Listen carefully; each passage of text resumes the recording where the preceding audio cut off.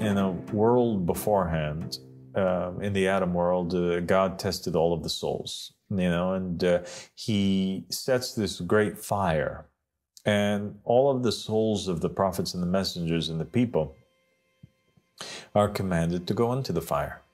And the ones that respond, there was three groups of people: a group of people that jumped in the fire, a group of people that didn't jump in the fire, and a group of people that were hesitant and then they jumped in the fire. Okay. So the narration states that the first ones that jumped without fear or hesitation into the fire were the prophets and the messengers and the righteous ones, right? Okay. And the ones that hesitated, or the rest of the believers, and the people that didn't go in, are the ones that ended up being non-believers in this world.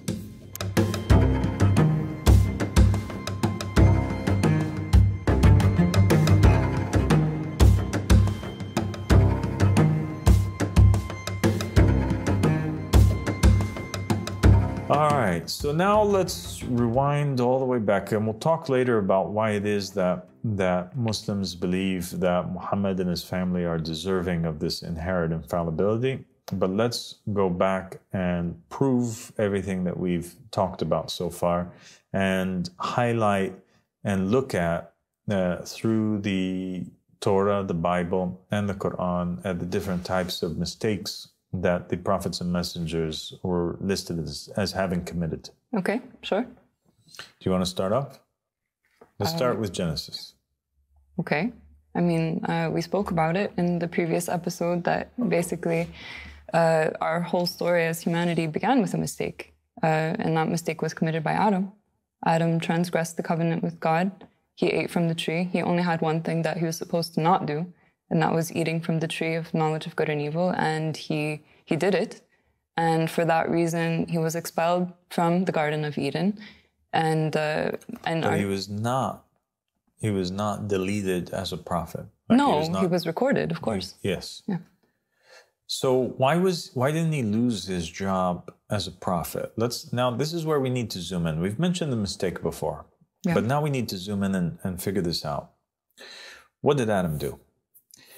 Adam didn't lose his rank as a prophet, even though there are prophets who disobeyed God and they fell and they lost their rank of prophethood. And one of the prime examples of that is a prophet whose name is Balaam ibn Ba'ura, right, in Arabic, or Balaam son of Beor in English. Mm-hmm.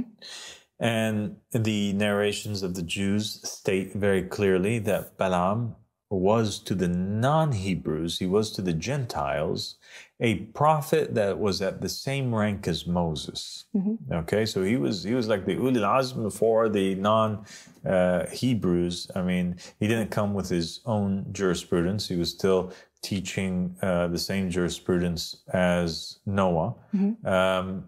But he was that high, and he could see everything underneath the throne. And because of his mistake of having envy against Moses, he loses his rank and he becomes deleted, and he's no longer a prophet or messenger, and the knowledge is stripped from him, prophethood is stripped from him, and he goes to hellfire in the end. So here is something important. And I'm highlighting it at the beginning as we're speaking about Genesis because of this idea of, can a prophet lose his rank or not? And we find that clearly he can, and a prophet can go to hellfire. And that's what happened in the case of Balaam. So now when we talk about Adam, why was Adam not sent to hellfire? Why was he forgiven? Why was he reinstated as a prophet? And here we find the difference. Okay. So Adam, when he ate from the tree, he did a great injustice, but he only did it to himself. Okay. Yes. He misguided his own self. Yeah. Okay, but he didn't misguide the creation of God. Yeah. None of the angels ate from the tree with Adam. Right. It was only Adam and his own self, which is his wife. Him and his wife, they're the ones that transgress, and it's Adam in particular who eats from the tree, right? Okay, yeah. As to where Balaam, when he decided to go out and make call down the curse of God against Moses. He's engaging in a public feud with another prophet. That's okay. And his followers now are taking Moses as an enemy, right? Okay. And so he's misguiding people. Yeah. I mean, what a huge conflict for people. Everyone who was following Balaam then would be completely misguided. Yeah. And here then is where we get to know the thin line that God has between, so God is able then to forgive any of the mistakes that a prophet or messenger commits, so long as it's not misguiding other people. If it's mistakes that apply to their own selves, it's only them harming their own rank. It's only them that are going down in degree. It's only them that are basically showing that they have not enough faith or certitude. God can forgive that, because that's a sin between them and God. As to where the mistakes or the sins that have to do with publicly misguiding people, God does not let that go. And that's when the person can no longer be fit to be a messenger or a prophet, because they're not carrying out God's will. Okay. That's the red line, I guess. Okay. Do you agree, though? Yeah, okay. I can see that that's the distinction between these two things, for sure. Yeah. All right. So Adam, he commits that mistake. He breaks the covenant, but it's only him that's breaking it. And he repents, doesn't misguide anybody, is forgiven. Mm-hmm. But we see here a prophet that can make a mistake. And this mistake is extremely prominent in the Torah and in the Bible, and also in the in Islam. Mm-hmm.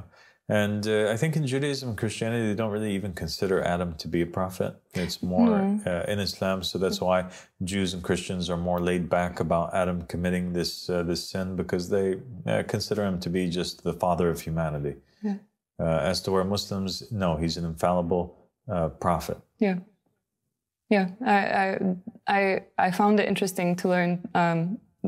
Obviously from my background, I never grew up learning that Adam was a prophet. But when I read what was said about him in the Quran, it's very clear that God actually appointed him as the first representative on earth, as his successor on earth. And I do find that the way that he's presented in the Torah, in the Bible, it does reflect that, as you said, God taught him the names of all things. God favored him. God was walking with him. God was communicating with him. So it is clear that he did play that role. But yeah, it's something that's sort of missed in the history. Okay, so what about another prophet like Noah? Did he commit any mistakes in the Torah, Bible, and Quran?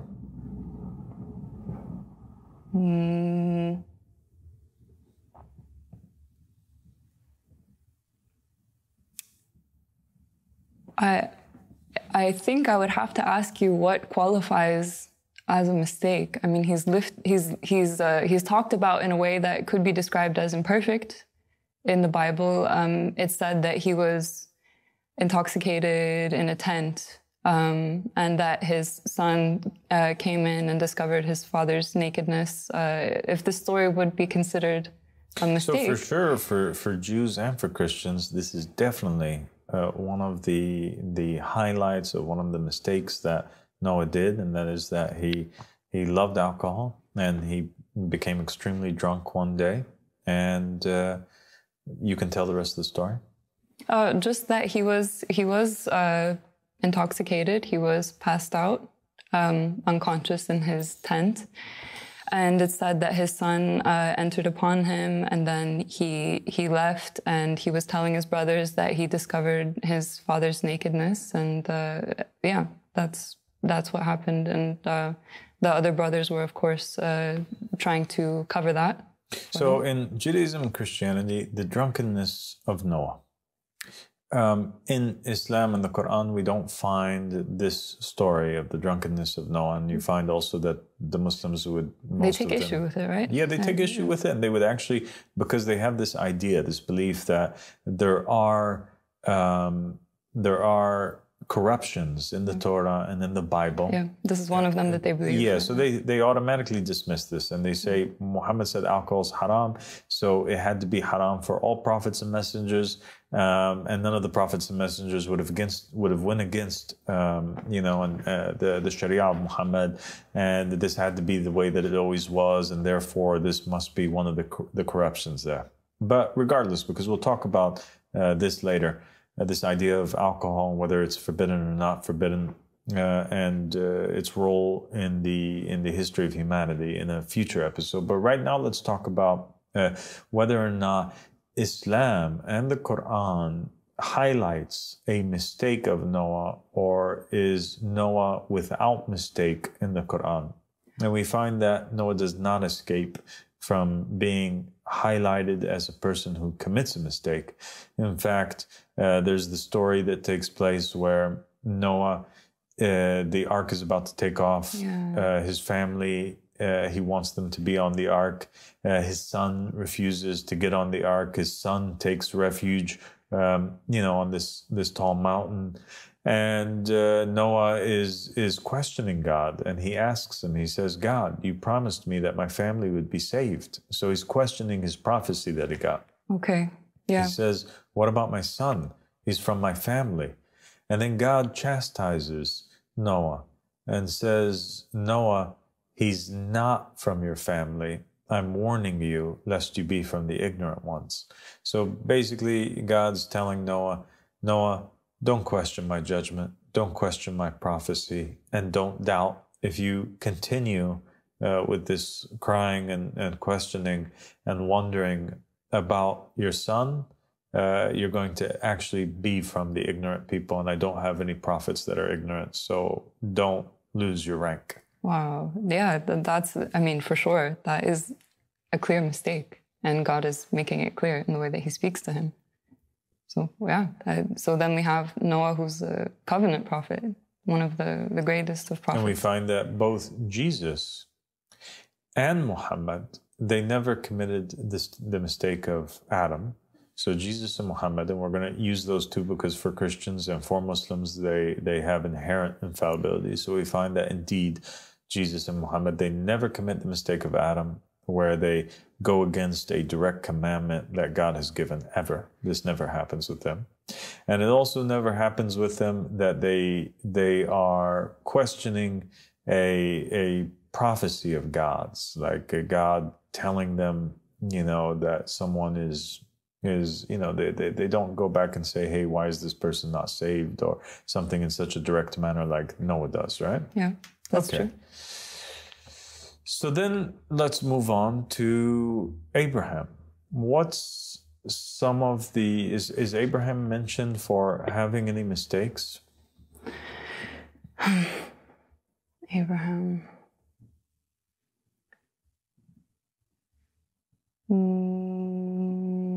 I'm thinking. So in Judaism and Christianity, Abraham is highlighted for having committed a big mistake, and that's he lied. Okay, and he lies.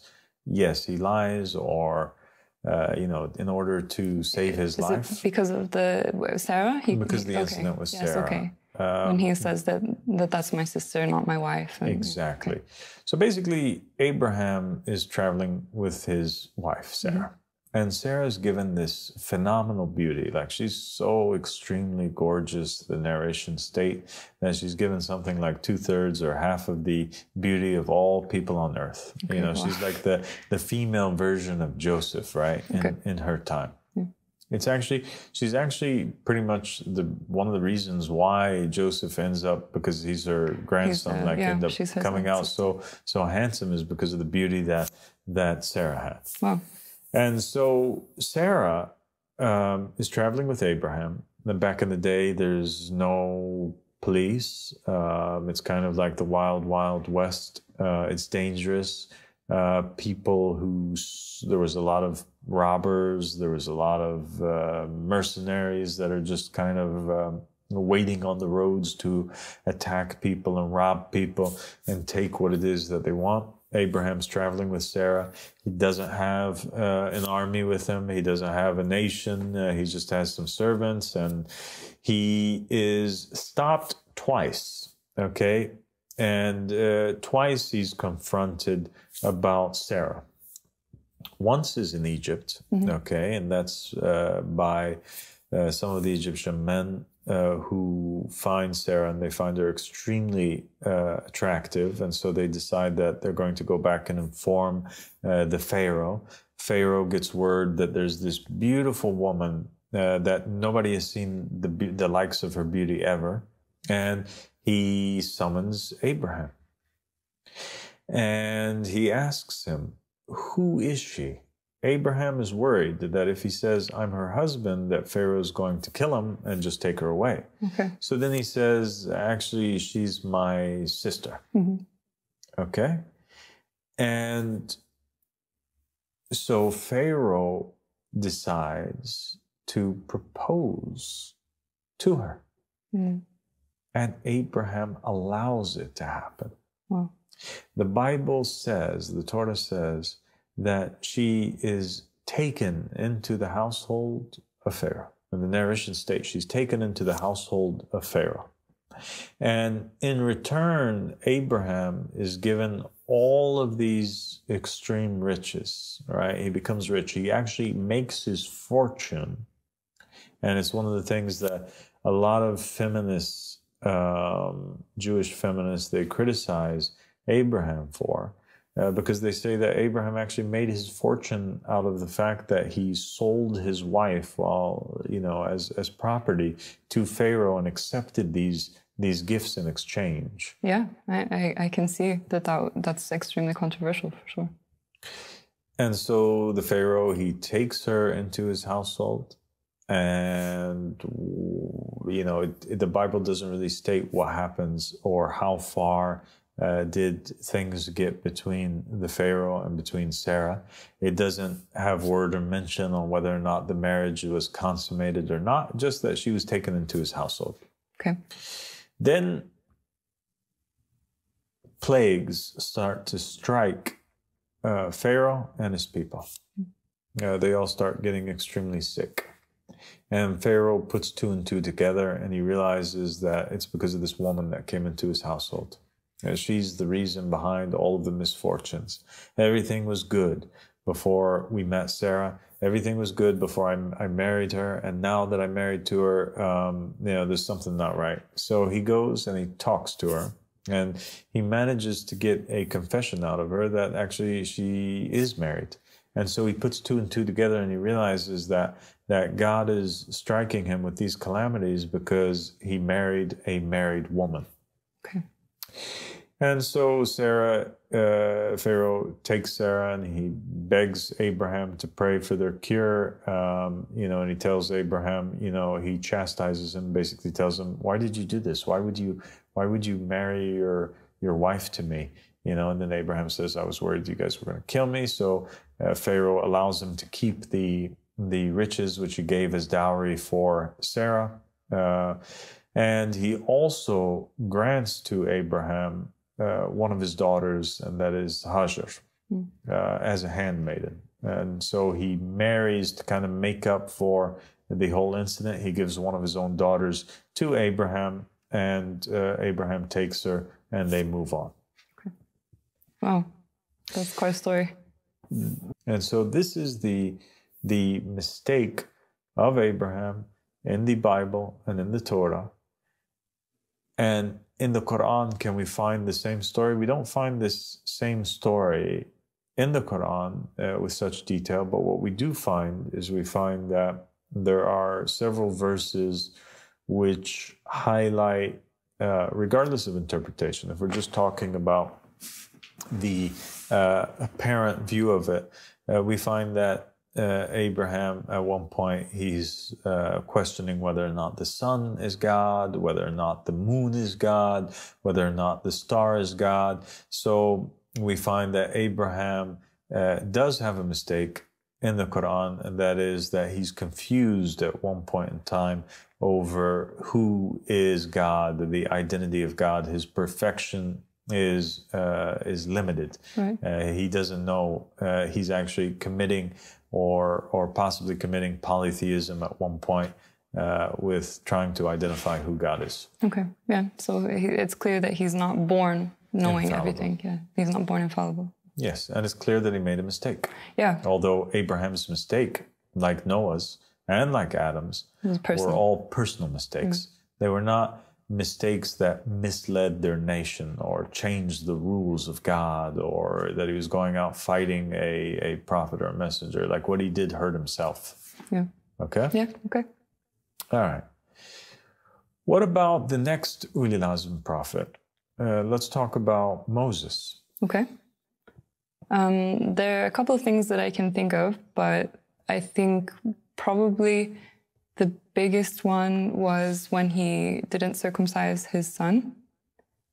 Because he was on, upon the covenant of Abraham, circumcision was obligatory, and he didn't circumcise his son, and it was clear that that was a mistake, and something bad was happening, right? Something bad was happening to him. Well, he was on his way. God gives him the commandment in the Bible to go and tell Pharaoh to let my people go. Mm-hmm. And then it states that God was waiting for Moses at this particular area, and that God was going to kill Moses. Yeah. And the reason why he was going to kill Moses becomes evident because, the wife of Moses, Zipporah, she goes and she circumcises her son fast, and she throws the foreskin at the feet of Moses in order to make this anger of God go away. Yeah, yeah. So clearly that was a mistake. That's like an extreme mistake, because Moses is this great prophet and God is going to do amazing things through him. But because he doesn't tell the people not to circumcise. So he's not misguiding the people. He himself just doesn't circumcise his own son. It's just his own son. So it's a personal shortcoming and a personal failure to uphold the law, but in regards to himself. Yes. Okay. So yeah, that's a clear mistake. Even his failure was going to lead to his death had it not been corrected. Yeah, that's really heavy, because look at how important Moses is in Judaism and Christianity and Islam. He's seen as one of the greatest prophets that ever existed. But this mistake, even though it was, as you said, a personal mistake, it was going to lead to him being wiped out. Like, to him, maybe not necessarily not being recorded in history, but for him to have not done the things that he ended up doing. What is another one of the mistakes of Moses? He questioned the righteous servant. We spoke previously about the story of the righteous servant. But even before that, what do we have? We have that Moses, basically when he's 40 years old, the story with the killing of the Egyptian. Okay. So basically what happens is that he goes forward. He's called out by some guys. Some guy's like, help me, help me, help me. He goes to see what is the issue. He finds that he is being oppressed by this Egyptian. The man comes to him. Moses is like, why are you calling for my help? He says, you won't believe what this Egyptian guy did to me. And the narrations state that basically what had happened is that the Quran says that Pharaoh and his soldiers were doing two things. So this was what was really bad about Pharaoh and his soldiers. They were slaughtering the sons of the Israelites. Yeah. And the second thing was that they were basically abusing their women. Yeah. Okay? Okay. So this man was complaining to Moses that a soldier of Pharaoh had come inside his house, beat him up, and proceeded to rape his wife in front of his own eyes as he was bound up. And so the man was seeking Moses to take vengeance upon this guy, because clearly he was a believer, and Moses is the messenger of God. Mm-hmm. And Moses, when he heard this, he was outraged, and he went towards the Egyptian soldier and he killed him. Mm-hmm. But he killed the Egyptian soldier without it being a command from God. Okay. So it was out of anger. It was out of a moment of rage. So even though the Egyptian deserved it, it wasn't God's plan. It wasn't God's plan, and it wasn't God's command. And for that reason, you find verses in the Quran where Moses is repenting to God for having committed this act. Wow. Okay. Yeah. Even though clearly the guy, he deserved it. Clearly he did something very bad, but still Moses had to repent because it was a mistake that he didn't ask God first. He didn't go based on God's will. He went based on Moses' will. Exactly. And it's highlighted as being a mistake because the Quran continues and it says basically that he was then reapproached by the same man who was asking for his help, and then Moses refuses to help him and basically states that this is all from the devil. And the reason why the guy, just an FYI so that we give you the story in context, what happened after his wife was raped by the Egyptian, in the ancient Hebrew laws, if a man came upon your wife, you can't be with her anymore. So it's not like where you can divorce the woman, she marries somebody else, and then you can remarry her. If once a man and a woman were married in the old Abrahamic Mosaic traditions and laws, if the woman was divorced and she married somebody else, she could never go back to her first husband again. Okay. Okay. So once she was raped, him and his wife had this great disagreement because the husband said, "Now I can never touch you again." And the wife was flipping out. She was extremely angry. She said, "This was not my fault that I was raped. How could you dare dishonor me like this and refuse to touch me anymore and make me out in front of my family and my kinsfolk as being a person who was not loyal?" And they begin to argue with one another. She goes back to her family. She complains to them.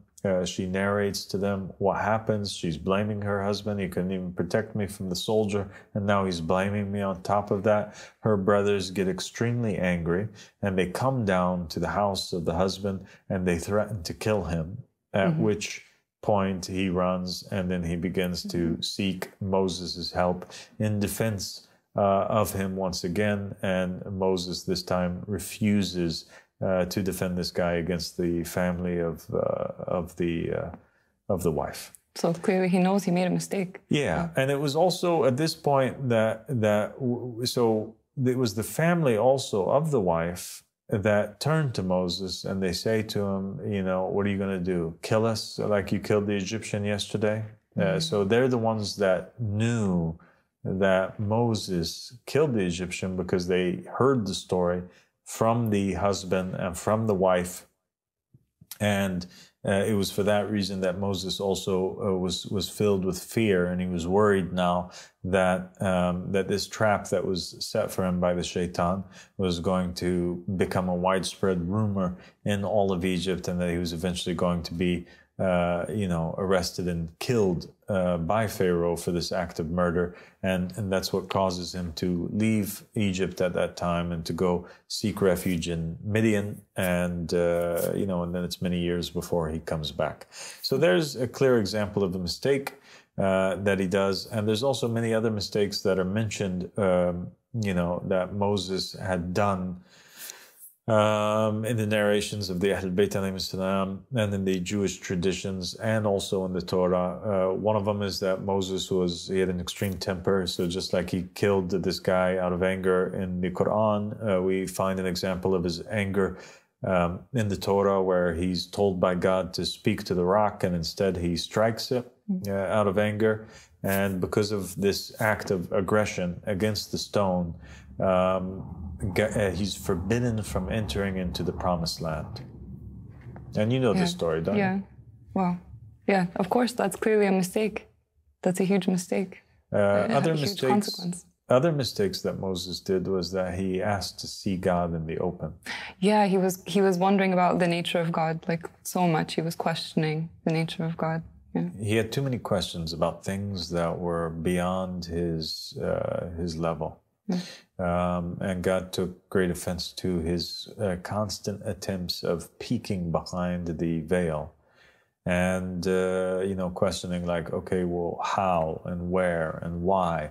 is God in this way? And until the point came that he asked to see God in the open. Moses takes a group of Israelites, they go up the mountain, and they're struck by lightning, and they all die, and God resurrects them. And Moses, he is repentful in the Quran, in one of the verses, and he seeks forgiveness from God, and then declares himself to be the first of the believers. Moses' story is actually filled with many mistakes, actually. Yeah, Moses' story is probably one of the prophets that have the most mistakes mentioned on him. In history, they highlight Moses' mistakes the most, and and I think that's fascinating because Moses was this very prominent and important prophet, and so they cared about the details of Moses the most, and that allowed them to, preserve a lot of the mistakes that Moses did. They would. There's probably many stories of a similar nature from other prophets that weren't recorded because, as you said, Moses is seen as, in Judaism, he's the greatest. He's the greatest of the prophets. They don't take Jesus, so his story is the most prominent obviously in the Torah. He's the one who wrote the 5 books, of the Torah, according to the belief. He's responsible for the 5 books of the Torah. So, Moses is at the heart of Judaism. And so we have then Jesus. He's the next Ulul Azm prophet. God in Christianity, prophet in Islam. And so there's only one place. Okay, because it's really important to kind of look now at the Jesus story. Jesus, he's born in Islam, not in Christianity, but in Islam, he's actually talking in the cradle. The miracle of the miracle of him speaking. He seems to be perfect and to declare himself from the cradle as being a messenger of God. So you'd think, okay, what does this mean? Does this mean that he is infallible from birth? There is no mistakes from the time that he's born that are recorded on him in Judaism, Christianity, and Islam until the age of 33 years old. So all that time period, we don't really have any narrations or any verses that are pointing these mistakes out. He's talking from the cradle. He's going forward and he's performing miracles. He's turning water into wine. He's curing the leper. He's telling people what's stored in their houses. He is raising the dead even. He's walking on water. He faces off against Iblis himself, offering him all of these things. Exactly. And he's so strong, and his determination is so strong. So that's really important to mention because when his dawah starts, he's tempted by Satan. Right? In 3 occasions. You want to tell us about those? Okay.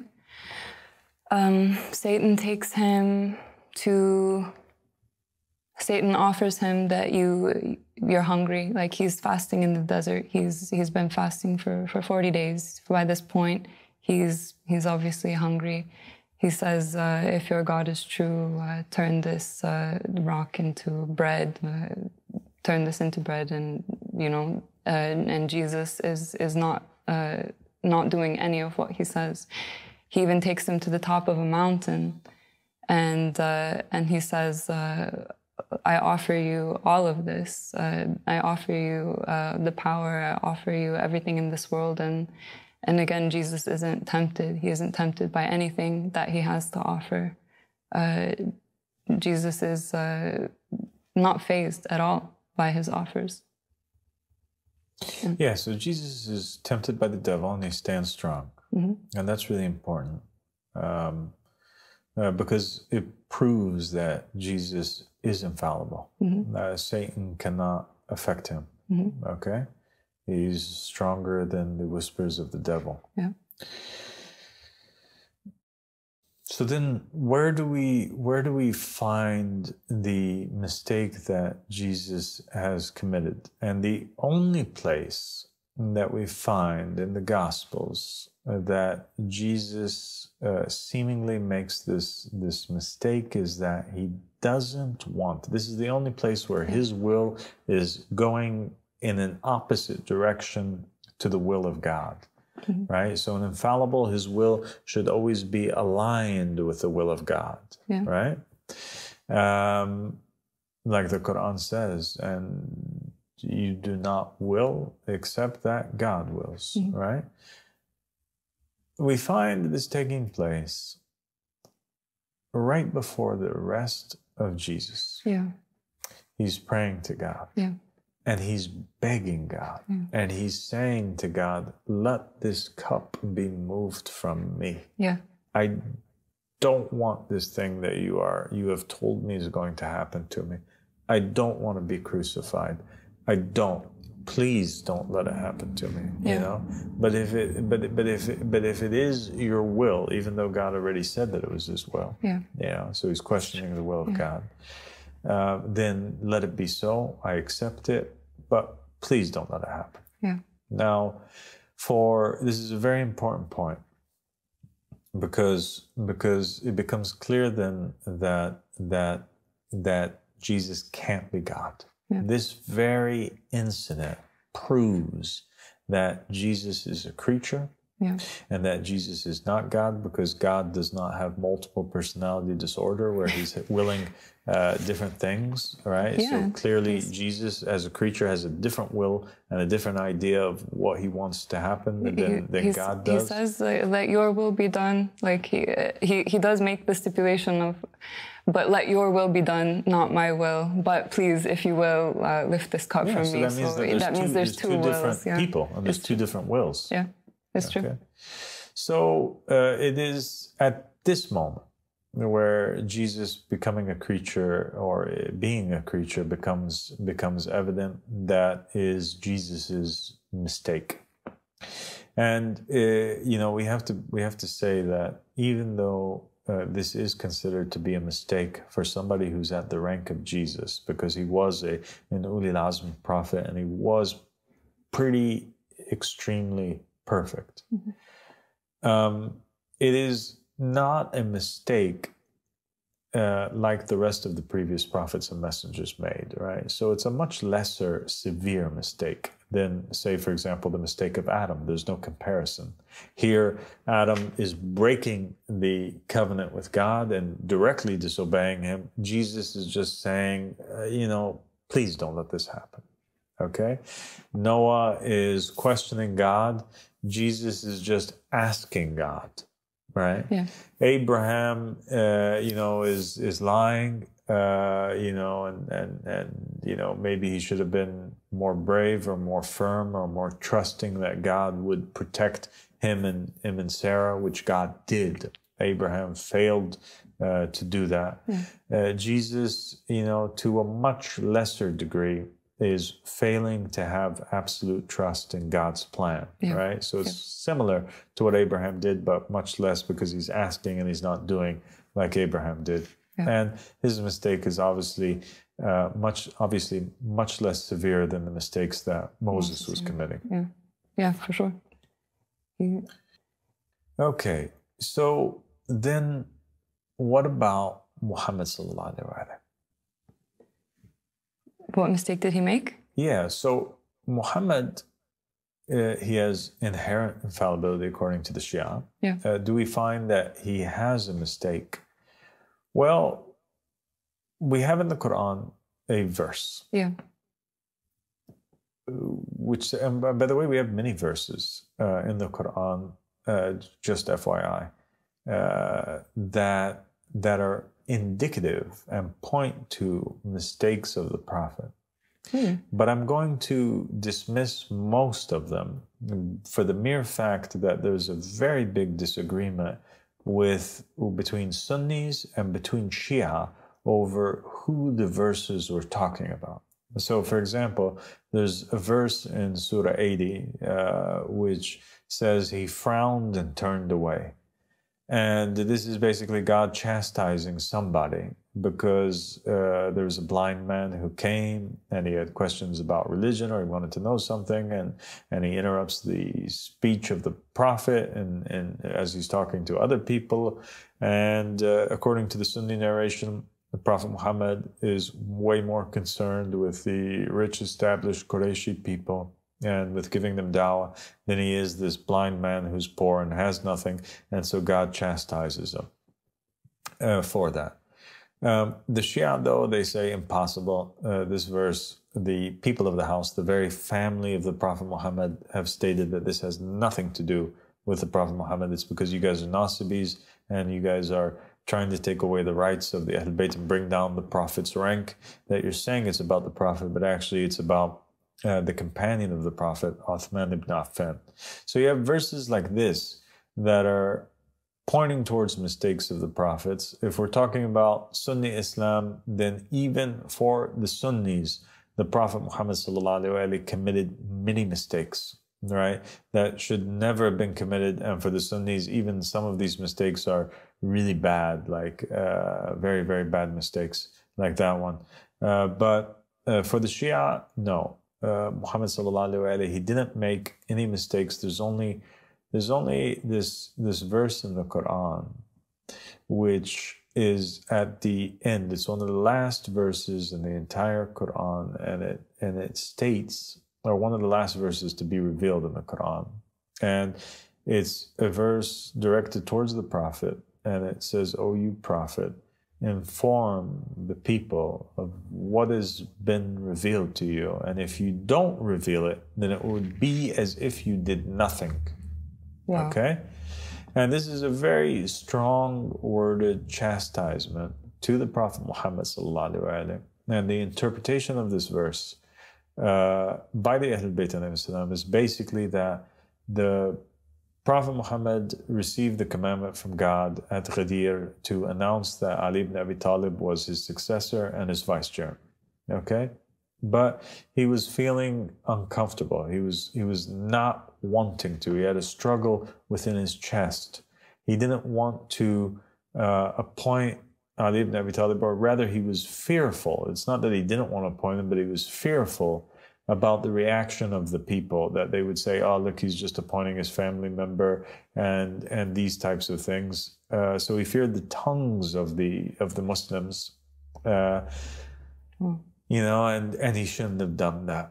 And so God knew what he was thinking and knew what he had in his heart, and told the Prophet Muhammad that if you don't do as I told you to do, then it would be as if you were not a prophet at all, and actually you would be erased from all prophethood. I mean, as if you did nothing. That's of course, as if he did nothing. And the reason is because he wouldn't have safeguarded Islam.